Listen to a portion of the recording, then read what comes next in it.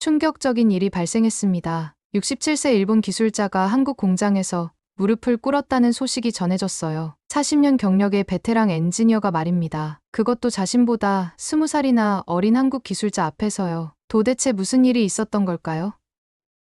일본 기술의 자존심이라 불리던 그가 왜 그런 행동을 했을까요? 더 놀라운 건 그 이유입니다. 일본의 대표적 반도체 기업이 창사 이래 처음으로 한국 기술을 통째로 수입하기로 결정했다고 하는데요. 과연 한국 공장에서 무슨 일이 벌어졌던 걸까요? 자존심 강한 일본 기술자를 완전히 바꿔놓은 그 놀라운 이야기를 들려드리겠습니다. 시작하기 전 구독과 좋아요 버튼을 한 번씩 눌러주시면 무료로 재밌는 사연을 만나보실 수 있습니다. 다양한 의견을 댓글로 달아주세요. 그럼 시작합니다. 저는 다카하시 켄지입니다. 올해 67세죠. 일본 니온테크에서 40년 동안 반도체 장비 설계를 해왔습니다. 그리고 이제 1년 뒤면 정년퇴직이에요. 솔직히 말씀드리자면 한국이라는 나라를 그리 높게 평가하지 않았습니다. 아니, 정확히는 기술적으로 말이죠. 제가 젊었을 때부터 한국은 항상 일본의 뒤를 따라오는 나라였거든요. 우리가 만든 기술을 가져다가 조립만 하는 그런 나라였습니다. 그런데 2025년 3월 회사에서 갑자기 저에게 한국 출장을 가라고 하더군요. 한비조토라는 중소기업의 자동화 시스템을 평가해달라는 거였습니다. 왜 하필 저를 보내십니까? 정년 앞둔 늙은이를. 다카하시상, 당신이 가장 경험이 많지 않습니까? 마지막 해외 출장이라고 생각하고 다녀오세요. 마지막 해외 출장이라는 말에 가슴이 묵직해졌습니다. 40년 기술자 인생이 이제 정말 끝나가는구나 싶었거든요. 출발 전날 밤, 동료들과 술을 마시며 이런 말을 했습니다. 한국 기술이 우리를 넘어설 리 없어. 그냥 형식적인 평가일 뿐이야. 맞습니다. 다카하시상. 그래도 조심히 다녀오세요. 김포공항에 도착했을 때 첫 느낌은 깔끔하긴 하네 정도였습니다. 하지만 여전히 일본의 하네다 공항이 더 체계적이라고 생각했어요. 택시를 타고 한비조토 본사로 향하는 길. 창밖으로 보이는 서울의 모습은 생각보다 발전된 것 같았습니다. 하지만 마음속으로는 여전히 의심스러웠죠. 겉만 번지르르 하고 속은 어떨지 모르는데 한비조토 건물 앞에 도착했을 때 건물은 생각보다 크지 않았습니다. 일본의 대기업 본사와 비교하면 초라한 수준이었어요. 역시 중소기업이구나. 건물 로비에 들어서면서 접수 직원에게 일본어로 말을 걸었습니다. 니온테크에서 온 다카하시입니다. 그런데 그 직원이 유창한 일본어로 대답하더군요. 어서 오세요.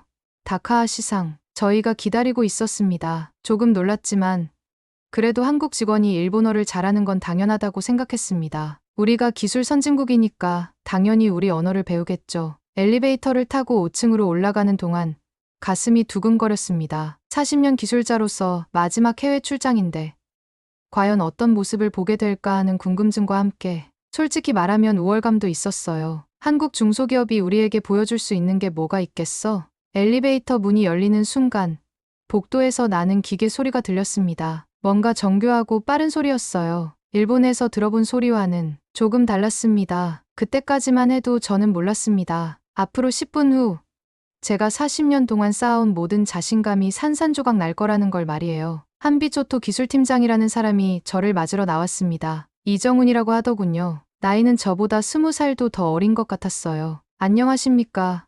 다카하시상. 멀리서 오시느라 고생하셨습니다. 한국어 억양이 섞인 일본어였습니다. 정중하긴 했지만 뭔가 서툰 느낌이 들었죠. 아, 네. 그런데 혹시 영어로 대화하는 게 편하지 않으시겠습니까? 제가 이렇게 말하자 이정훈의 표정이 잠깐 굳어지더군요. 그러더니 웃으면서 대답했습니다. 괜찮습니다. 일본어로 해도 충분히 소통할 수 있어요. 속으로 생각했죠. 역시 한국 사람들은 일본어를 배우려고 노력하는구나. 당연한 일이지. 회의실로 들어가면서 벽에 걸린 인증서들을 봤습니다. 대부분 한글로 되어 있어서 읽을 수 없었지만 몇 개는 영어로 된 것도 있더군요. 그런데 솔직히 말하면 별로 대단해 보이지 않았어요. 저희 회사 소개를 간단히 드리겠습니다. 이정훈이 프레젠테이션을 시작했습니다. 직원 수백이 10명. 설립된 지 15년 된 중소기업이라고 하더군요. 15년이면 우리 회사 역사의 3분의 1도 안 되는구나. 마음속으로 비교하며 들었습니다. 니온테크는 50년 역사의 회사거든요. 그럼 이제 생산 현장을 보여드리겠습니다. 공장으로 내려가는 계단에서 기계 소리가 더 선명하게 들렸습니다. 뭔가 일정하면서도 빠른 소리였어요. 일본 공장에서 듣던 소리와는 확실히 달랐습니다. 아마 싼 중국산 장비를 쓰고 있겠지. 그렇게 생각하며 공장 문을 열었는데 순간 숨이 막혔습니다. 생산 라인이 생각했던 것과 완전히 달랐거든요. 정말 깔끔하고 체계적으로 정리되어 있었습니다. 그런데 더 놀라운 건 기계들이 움직이는 모습이었어요. 저건 뭡니까? 제가 가리킨 건 로봇팔이 부품을 조립하는 장면이었습니다. 그런데 그 속도와 정확성이 제가 일본에서 본 것보다 훨씬 빨랐어요. 아, 저희가 자체 개발한 정밀 조립 시스템입니다. 자체 개발이라고요? 목소리가 높아졌습니다. 믿기지 않았거든요. 네. 인공지능 기반으로 만든 시스템이에요. 0.01mm 오차까지 실시간으로 감지해서 자동으로 보정합니다. 가슴이 두근거리기 시작했습니다. 그런 기술은 일본에서도 아직 상용화하지 못한 수준이었거든요. 혹시 일본 기술을 참고하신 건 아니겠죠? 이 질문을 하면서도 부끄러웠습니다. 하지만 믿고 싶지 않았어요. 아니요. 저희가 처음부터 독자 개발한 기술입니다. 이정훈의 대답에 머리가 어지러워졌습니다. 그럼 이 시스템은 언제부터 쓰기 시작하신 걸까요? 3년 전부터요. 지금은 두 번째 버전입니다. 손바닥에 땀이 나기 시작했습니다. 3년 전이면 우리가 아직 연구 단계에 있을 때였거든요. 수율은 어느 정도 나옵니까? 99.7%입니다. 다리에 힘이 빠졌습니다. 우리 공장 최고 수율이 99.3%였거든요. 그때 옆에서 젊은 여성 엔지니어가 다가왔습니다. 강하연이라고 자기소개를 하더군요. 혹시 시스템 내부를 보고 싶으시면 보여드릴 수 있어요. 내부요? 네. 어떤 원리로 작동하는지 직접 확인하실 수 있습니다. 순간 자존심이 상했습니다. 마치 제가 이해 못할 거라고 생각하는 것 같았어요. 물론 보고 싶습니다. 40년 경력이니까 대충은 알 수 있겠죠. 그런데 시스템 내부를 보는 순간 입이 다물어지지 않았습니다. 회로 구성이 완전히 달랐어요. 일본 방식보다 훨씬 간단하면서도 효율적이었습니다. 이게 정말 작동합니까? 목소리가 떨렸습니다. 한번 보시겠어요? 강하연이 시스템을 작동시켰습니다. 기계가 돌아가는 소리가 너무나 부드러웠어요. 진동도 거의 없었습니다. 그 순간 가슴 깊은 곳에서 뭔가 무너지는 소리가 들렸습니다. 이럴 수가. 40년 동안 쌓아온 확신이 산산조각 나는 느낌이었어요. 머릿속이 하얗게 변했습니다. 40년 동안 반도체 장비를 만져온 저에게 이런 충격은 처음이었어요. 혹시 직접 분해해서 볼 수 있겠습니까? 목소리가 떨렸습니다. 하지만 확인해야 했어요. 정말로 한국에서 이런 기술을 만들어낸 건지 말이죠. 물론입니다. 하지만 조심스럽게 해주세요. 이정훈이 웃으며 대답했습니다. 그런데 왜인지 모르게 그 웃음이 자신만만해 보였어요. 공구를 들고 장비 앞에 섰을 때 무릎이 후들거렸습니다. 언제부터인가 쪼그려 앉기가 힘들어졌거든요. 나이가 들었다는 걸 실감하는 순간이었죠. 의자 가져다 드릴까요? 강하연이 배려하는 말을 했지만 자존심이 허락하지 않았습니다. 괜찮습니다. 이 정도는. 무릎을 바닥에 대고 앉았습니다. 차가운 공장 바닥이 바지를 통해 전해져 왔어요. 언제 마지막으로 이렇게 무릎을 꿇고 기계를 만져봤나 싶었습니다. 첫 번째 나사를 풀었을 때 손이 미세하게 떨렸습니다. 긴장 때문이었는지 흥분 때문이었는지 모르겠더군요. 커버를 열자 내부 구조가 드러났습니다. 그 순간 숨이 멎었어요. 이게 뭡니까? 제가 아는 모든 상식이 뒤집어졌습니다. 일본에서는 세 개의 모터로 해야 할 작업을 하나의 모터로 처리하고 있었거든요. 저희가 개발한 통합 제어 시스템입니다. 이정훈의 설명을 들으면서도 믿기지 않았어요. 이론적으로는 가능하지만 실제로 구현하기는 너무 어려운 기술이었거든요. 이 알고리즘은 어떻게 만드신 겁니까? 3년 동안 시행착오를 거쳤어요. 실패만 800번 넘게 했죠. 강하연이 담담하게 대답했습니다. 그런데 그 말에서 엄청난 노력이 느껴졌어요. 두 번째 부품을 분해하면서 손끝이 더 심하게 떨렸습니다. 정밀한 센서 배치가 너무나 완벽했거든요. 이 센서들은 전부 한국에서 만든 건가요? 네.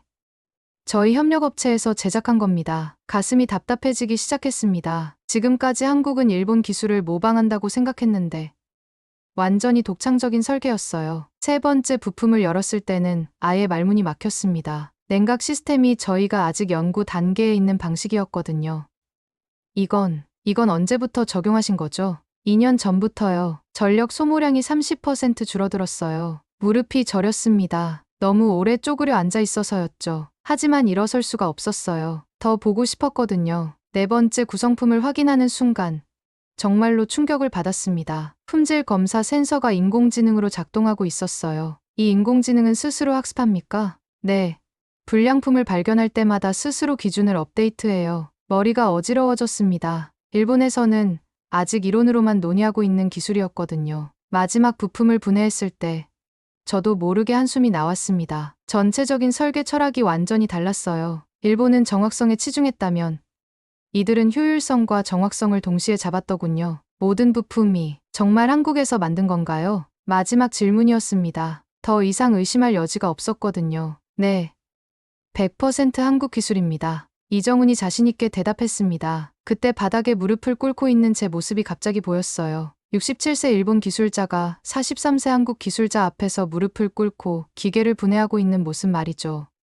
저는 뭘 하고 있었던 걸까요? 중얼거리듯 말했습니다. 40년 동안 쌓아온 자신감이 완전히 무너져 내렸어요. 한국을 무시했던 제 자신이 너무나 부끄러웠습니다. 무릎이 너무 아파서 일어서려고 했는데 다리에 힘이 들어가지 않았어요. 나이도 나이지만 정신적 충격이 더 컸던 것 같습니다. 이정훈이 손을 내밀어 저를 일으켜 세워줬습니다. 그 순간 정말로 부끄러웠어요. 일본에서 오신 선배님이세요. 이정훈이 소개하자 모든 눈이 저에게 쏠렸습니다. 그 시선들이 부담스러우면서도 존경하는 듯한 느낌이 들었어요. 우와, 진짜 일본 기술자시네요. 존경합니다. 한 젊은 기술자가 눈을 반짝이며 말했습니다. 그 순간 가슴이 뜨거워졌습니다. 제가 무시했던 한국 젊은이들이 저를 존경한다고 말하고 있었거든요. 아니에요. 오히려 제가 배워야겠습니다. 저도 모르게 이런 말이 나왔어요. 이정훈이 놀란 표정을 지었습니다. 배우신다고요?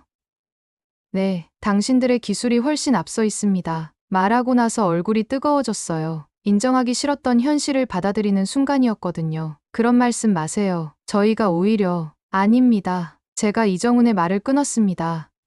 저는 한국을 너무 얕봤습니다. 목소리가 떨렸어요. 40년 만에 처음으로 다른 나라 기술자에게 인정하는 말을 하고 있었거든요. 당신의 기술력에 정말 감탄했습니다. 가슴이 답답하면서도 후련했어요. 드디어 진실을 말했다는 느낌이었죠. 이정훈이 당황한 표정을 지었습니다. 다카하시-상, 우리에게 이 기술을 가르쳐 주실 수 있겠습니까? 정말로 간절했습니다. 이 기술을 배우지 않으면 일본은 뒤처질 게 뻔했거든요. 물론입니다. 저희는 언제든 협력하고 싶어요. 이정훈의 대답에 눈시울이 뜨거워졌습니다. 그 순간 저는 깊게 고개를 숙였습니다. 67세 늙은이가 43세 젊은이에게 고개를 숙이는 모습이 우스꽝스러울 수도 있었겠지만 그게 진심이었어요. 비행기 안에서 내내 잠을 이룰 수 없었습니다. 창밖으로 보이는 구름들이 제 마음처럼 뒤섞여 있었어요. 정말 한국에서 그런 기술을 봤다고? 머릿속에서 계속 의심하는 목소리가 들렸습니다. 하지만 제 손으로 직접 분해해본 그 기계들은 거짓이 아니었어요. 하네다 공항에 도착했을 때 일본 땅을 밟는 게 이렇게 무겁게 느껴진 적은 처음이었습니다. 평생 자랑스러워했던 조국이 갑자기 낡아 보였거든요. 다음 날 아침 니온테크 본사 회의실에 들어섰을 때 손에 든 보고서가 무거웠습니다. 이 보고서 한 장이 회사의 운명을 바꿀 수도 있다는 생각이 들었어요. 다카하시-상, 어떠셨습니까? 사장이 기대에 찬 목소리로 물었습니다. 아마 좋지 않은 평가를 들을 거라고 생각했겠죠. 그게 말씀드리기가 목이 메었습니다. 어떻게 시작해야 할지 모르겠더군요. 역시 한국 기술은 별거 아니었군요. 전무가 웃으며 말했습니다. 그 웃음이 너무나 자신만만해 보였어요. 아닙니다. 제가 단호하게 말하자 회의실이 조용해졌습니다. 한국의 기술은 우리보다 앞서 있습니다. 침묵이 흘렀어요. 아무도 믿지 않는다는 표정이었습니다. 다카하시-상, 농담이시죠? 상무가 어이없다는 듯이 말했습니다. 저는 지금 농담하고 있지 않습니다. 목소리가 떨렸어요. 40년 동안 이 회사에서 일하면서 이렇게 떨린 적은 없었거든요. 구체적으로 말씀해주세요. 사장의 표정이 굳어졌습니다. 한빛오토의 자동화 시스템은 우리가 세계 모터로 하는 일을 한 개로 해냅니다. 수율은 99.7%고 전력 소모는 30% 적습니다. 숫자를 말할 때마다 회의실 분위기가 더 어두워졌어요. 그런 기술이 정말 가능합니까? 기술부장이 당황한 목소리로 물었습니다. 제가 직접 분해해서 확인했습니다. 거짓말할 이유가 없잖아요. 그때 전무가 책상을 탁 쳤습니다. 말도 안 됩니다. 한국이 언제부터 우리보다 앞섰다고. 현실을 받아들이셔야 합니다. 제가 전무의 말을 끊었어요. 평생 이런 적이 없었는데 말이죠. 우리는 지금까지 뭘 하고 있었던 겁니까? 사장이 무거운 목소리로 물었습니다. 과거에 안주하고 있었습니다. 대답하고 나서 가슴이 아팠어요. 제 자신도 포함된 말이었거든요. 그럼 이제 어떻게 해야 합니까? 한국에서 배워야 합니다. 이 말을 하는 순간 회의실의 공기가 얼어붙었습니다. 일본이 한국에서 배운다고요? 전무가 믿을 수 없다는 표정으로 말했습니다. 네. 그게 살 길입니다. 제 목소리는 확신에 찼습니다. 자존심보다 회사의 미래가 중요했거든요. 집으로 돌아가는 길에 지하철 창문에 비친 제 모습을 봤습니다. 67세 늙은이가 초라해 보였어요. 하지만 동시에 뭔가 홀가분한 기분도 들었습니다. 집에 도착해서 아내에게 말했습니다. 여보, 나는 틀렸어. 무슨 소리예요? 한국을 무시했던 게 잘못이었어. 그들이 우리보다 훨씬 앞서 있었어. 아내가 놀란 표정을 지었습니다. 40년 동안 일본 기술을 자랑하던 남편이 이런 말을 하는 게 믿어지지 않았겠죠. 그럼 이제 어떻게 할 거예요? 겸손해져야지. 배워야 해. 그날 밤 잠자리에 누워서 천장을 바라봤습니다. 한비조토에서 들었던 기계 소리가 계속 귓가에 맴돌았어요. 우리는 언제부터 멈춰 있었던 걸까? 중얼거리며 생각에 잠겼습니다. 언젠가부터 새로운 것을 만들려고 하지 않고 기존 것만 개선하려고 했던 것 같았어요. 다음 날부터 회사 분위기가 달라졌습니다. 제 보고서가 파장을 일으켰거든요. 하지만 아직도 많은 동료들이 믿지 않는 눈치였어요. 다카하시상이 너무 겸손하게 본 게 아닐까? 한국 기술이 우리보다 좋을 리 없어. 이런 말들이 들려왔습니다. 하지만 저는 확신했어요. 제가 본 것이 진실이라는 걸 말이죠. 일주일이 지나도 회사 분위기는 달라지지 않았습니다. 아니, 오히려 더 나빠졌다고 해야겠네요. 복도에서 동료들이 제 뒤에서 수근거리는 소리가 들렸어요. 다카하시상이 늙어서 판단력이 흐려진 게 아닐까? 한국 기술이 우리보다 좋다니. 말이 안 되지. 가슴이 답답했습니다. 진실을 말했는데 아무도 믿지 않더군요. 그런데 이틀 뒤 사장실로 급히 호출됐습니다. 문을 열고 들어가니 사장의 표정이 심각했어요. 다카하시상, 앉으세요. 책상 위에 여러 자료들이 펼쳐져 있었습니다. 며칠 동안 확인해봤는데 사장이 한숨을 쉬었습니다. 당신 말이 맞는 것 같습니다. 순간 귀를 의심했어요. 네, 한국의 반도체 자동화 기술이 정말 우리를 앞서고 있더군요. 다른 업체들도 벌써 주목하고 있고요. 책상 위 자료를 보니 한국 기술에 대한 분석 보고서들이었습니다. 이걸 언제 조사하신 겁니까? 당신 보고서를 받고 바로 우리 조사팀을 한국에 보냈어요. 몰래 말이죠. 사장의 목소리가 무거웠습니다. 결과가 어땠습니까? 충격적이었습니다. 한비조토만이 아니라 한국의 다른 중소기업들도 혁신적인 기술을 가지고 있더군요. 가슴이 두근거렸습니다. 제가 옳았다는 것이 증명된 순간이었거든요. 그럼 이제 어떻게 하실 건가요? 그게 중요한 결정을 내려야 할 때가 온 것 같습니다. 사장이 저를 똑바로 바라봤습니다. 이온테크 창사 이래 처음으로 외국 기술을 도입하려고 합니다. 입이 벌어졌어요. 50년 역사의 회사에서 이런 결정은 정말 파격적인 것이었거든요. 정말 그렇게 하실 겁니까? 자존심보다 회사의 미래가 중요하지 않겠습니까? 사장의 말에 눈시울이 뜨거워졌습니다. 하지만 임원들이 반대하지 않을까요? 이미 어제 임원회의에서 결정했습니다. 만장일치로요. 만장일치요? 네. 조사 결과를 보고 나니 모두 인정할 수밖에 없었거든요. 그 순간 지난 일주일 동안의 고통이 한순간에 사라졌어요. 다카하시상, 사장이 일어서더니 깊게 고개를 숙였습니다. 당신이 없었다면 우리 회사는 큰일 날 뻔했습니다. 고맙습니다. 67년 살면서 사장이 저에게 고개 숙이는 모습을 본 건 처음이었어요. 아닙니다. 저도 처음엔 믿기 어려웠으니까요. 그럼 이제 한국과 기술 제휴를 위한 협상팀을 꾸려야겠습니다. 팀장을 맡아주시겠어요? 예상치 못한 제안이었습니다. 저요? 정년이 얼마 안 남았는데 경험이 가장 많고 한국 기술을 가장 잘 이해하시잖아요. 하지만 부탁드립니다. 사장의 간절한 눈빛을 보니 단박에 거절할 수 없었어요. 알겠습니다. 해보겠습니다. 다음 날 전사 공지가 나갔습니다. 이온테크가 한빛조토와 기술 제휴를 추진한다는 내용이었어요. 사무실이 발칵 뒤집어졌습니다. 정말 한국 기술을 들여온다고? 믿을 수 없어. 우리가 한국에서 배운다니. 동료들의 반응은 여전히 회의적이었지만 이제는 현실을 받아들이는 분위기였어요. 오후에 이정훈에게 전화를 걸었습니다. 안녕하세요. 이정훈 상. 다카하시 상. 무슨 일이세요? 저희가 정식으로 기술 제휴를 제안드리고 싶습니다. 전화 너머로 잠시 침묵이 흘렀어요. 정말이세요? 네.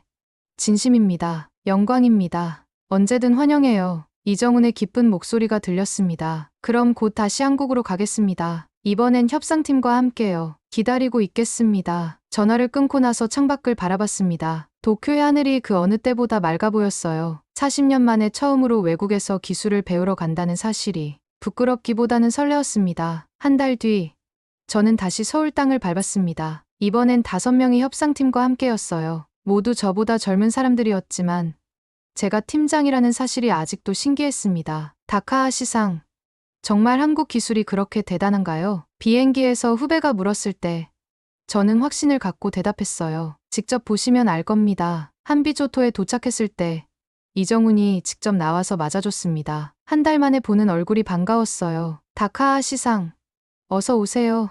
이정훈-상, 오랜만입니다. 악수를 나누는 순간 한 달 전과는 느낌이 달랐습니다. 이제는 동등한 파트너라는 생각이 들었거든요. 회의실에서 기술 제휴 논의가 시작됐습니다. 처음엔 양쪽 다 조심스러워했어요. 저희 기술을 어느 정도까지 공유할 수 있을지. 강하연이 신중하게 말했습니다. 물론 핵심 기술은 보호받아야겠죠. 저희 팀 막내가 대답했습니다. 그런데 이정훈이 갑자기 말했어요. 아니에요. 모든 걸 보여드리겠습니다. 회의실이 조용해졌습니다.